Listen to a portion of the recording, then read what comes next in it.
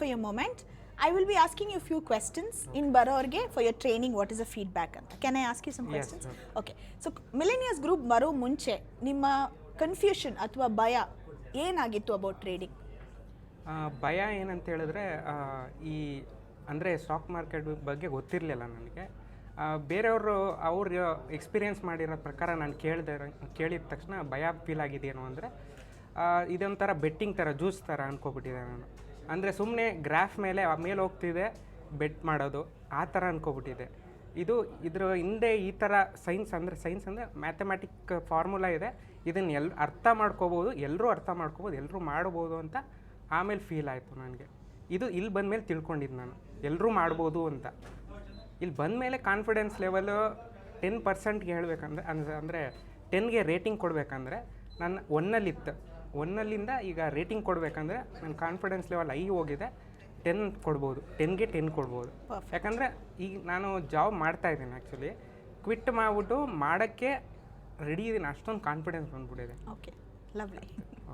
ಇಲ್ಲಿ ಬಂದು ನಿಮಗೆ ಮುಂಚೆ ಟ್ರೇಡಿಂಗಲ್ಲಿ ಆ ಒಂದು ವಿಷಯ ನಂಗೆ ಅರ್ಥನೇ ಆಗ್ತಿರ್ಲಿಲ್ಲ ಅಥವಾ ಐ ಡಿಂಟ್ ಅಂಡರ್ಸ್ಟ್ಯಾಂಡ್ ದಟ್, ಈಗ I am clear about it ಅನ್ನೋದು ಯಾವುದಾದ್ರೂ ಇದೆಯಾ? ಕ್ಲಿಯರ್ ಅಂದರೆ ಅದೇ ಹೇಳ್ದಂಗೆ ನಾನು ಅದು ಜಸ್ಟ್ ಬೆಟ್ಟಿಂಗ್ ಅಂತ ಅಂದ್ಕೊಂಡಿದ್ದು, ಅದು ಕ್ಲಿಯರ್ ಅಂದರೆ ಆ ಥರ ಅಂದ್ಕೊಂಡಿದ್ದೆ. ಅದು ಅಂದ್ಕೊಂಡಿರೋ ತಪ್ಪು ಅಂತ ಗೊತ್ತಾಯಿತು. ಅಲ್ಲಿಂದ ಇಲ್ಲಿ ಬಂದು ತಿಳ್ಕೊಂಡಾಗ ತುಂಬ ಇದೆ ತಿಳ್ಕೊಂಡ್ರೆ ನಾನು ಕೂಡ ಮಾಡ್ಬೋದು ಅಂತ ಅನಿಸಿದ್ದು. ಇದು ಒಂಥರ ಮ್ಯಾಥಮೆಟಿಕ್ ಕ್ಯಾಲ್ಕುಲೇಷನ್ಸ್ ಆಲ್ದು.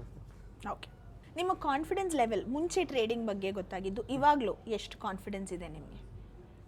ಇವಾಗ ಕಾನ್ಫಿಡೆನ್ಸ್ ಲೆವೆಲ್ ಹೇಳ್ದಂಗೆ ರೇಟಿಂಗ್ ಕೊಡ್ತೀನಿ ಅಂದರೆ 10ಗೆ ನಾನು 10 ಕೊಡೋದು ಪಕ್ಕ ಇದೆ, ಅಷ್ಟಿದೆ ಕಾನ್ಫಿಡೆನ್ಸ್ ಲೆವೆಲ್ ನಾನು. So you mean to say ನೀವು 0 ಇಂದ ಬಂದು ಇವಾಗ 10ಗೆ ನಿಂತಿದ್ದೀರಾ with the help of the classes. Okay, that's 3 days workshop, ಅದರಲ್ಲೇ ನಾನು 10ಗೆ ಕೊಡ್ತಾ ಇದ್ದೀನಿ. ಅಂದರೆ ನನ್ನ ಕಾನ್ಫಿಡೆನ್ಸ್ ಲೆವೆಲು ಈ ವರ್ಕ್ಶಾಪಲ್ಲಿ ಅಷ್ಟು ಲೆವೆಲ್ ರೀಚ್ ಆಗಿದೆ. ಯಾಕಂದರೆ ಟೀಮ್ ಹಂಗಿದೆ, ಟೀಮು ಫರ್ದರು ಸಪೋರ್ಟ್ ಮಾಡ್ತಾರೆ ಅನ್ನೋ ಕಾನ್ಫಿಡೆನ್ಸ್ ಲೆವೆಲ್ ಬಂದಿದೆ. ಅದಲ್ಲದೆ ಇದು ಕಲಿಬೋದು, ನಾನು ಮಾಡ್ಬೋದು ಅನ್ನೋದು ಒಂದು ಕಾನ್ಸೆಪ್ಟ್ಗಳು ಅರ್ಥ ಆಗಿದೆ. ಅದರಿಂದ ನಾನು ರೇಟಿಂಗ್ ಇಷ್ಟು ಕೊಡ್ತಾ ಇದ್ದೆ. Okay, great. ಯಾಕೆ ಒಬ್ಬರು ಈ ಪ್ರೋಗ್ರಾಮಿಂದ ಟ್ರೇಡಿಂಗ್ ಸ್ಟಾರ್ಟ್ ಮಾಡಬೇಕು? ಈ ಪ್ರೋಗ್ರಾಮ್ ಅಟೆಂಡ್ ಮಾಡ್ದೇನೂ ಮಾಡ್ಬೋದಲ್ಲ ಟ್ರೇಡಿಂಗ್, ಬಟ್ ಈ ಪ್ರೋಗ್ರಾಮಲ್ಲಿ ಏನು ಗುಣ, ಏನು ಅವ್ರಿಗೆ ಕಲಿಬೋದು ಇದರಲ್ಲಿ? ಯಾಕೆ ಎಲ್ಲರೂ ಸ್ಟಾರ್ಟ್ ಮಾಡಬೇಕು ಅಂದರೆ, ಈಗ ಎಲ್ರಿಗೂ ಒಂದು ಜೀವನದ ಒಂದು ಗೋಲ್ ಇರುತ್ತೆ. ಗೋಲ್ ಅಚೀವ್ ಮಾಡಬೇಕಂದ್ರೆ ದುಡ್ಡು ಬೇಕಾಗುತ್ತೆ. ದುಡ್ಡು ಒಳ್ಳೆ ರೀತಿಯಿಂದ ಮಾಡೋಕ್ಕೆ ಇದೊಂದು ದಾರಿ.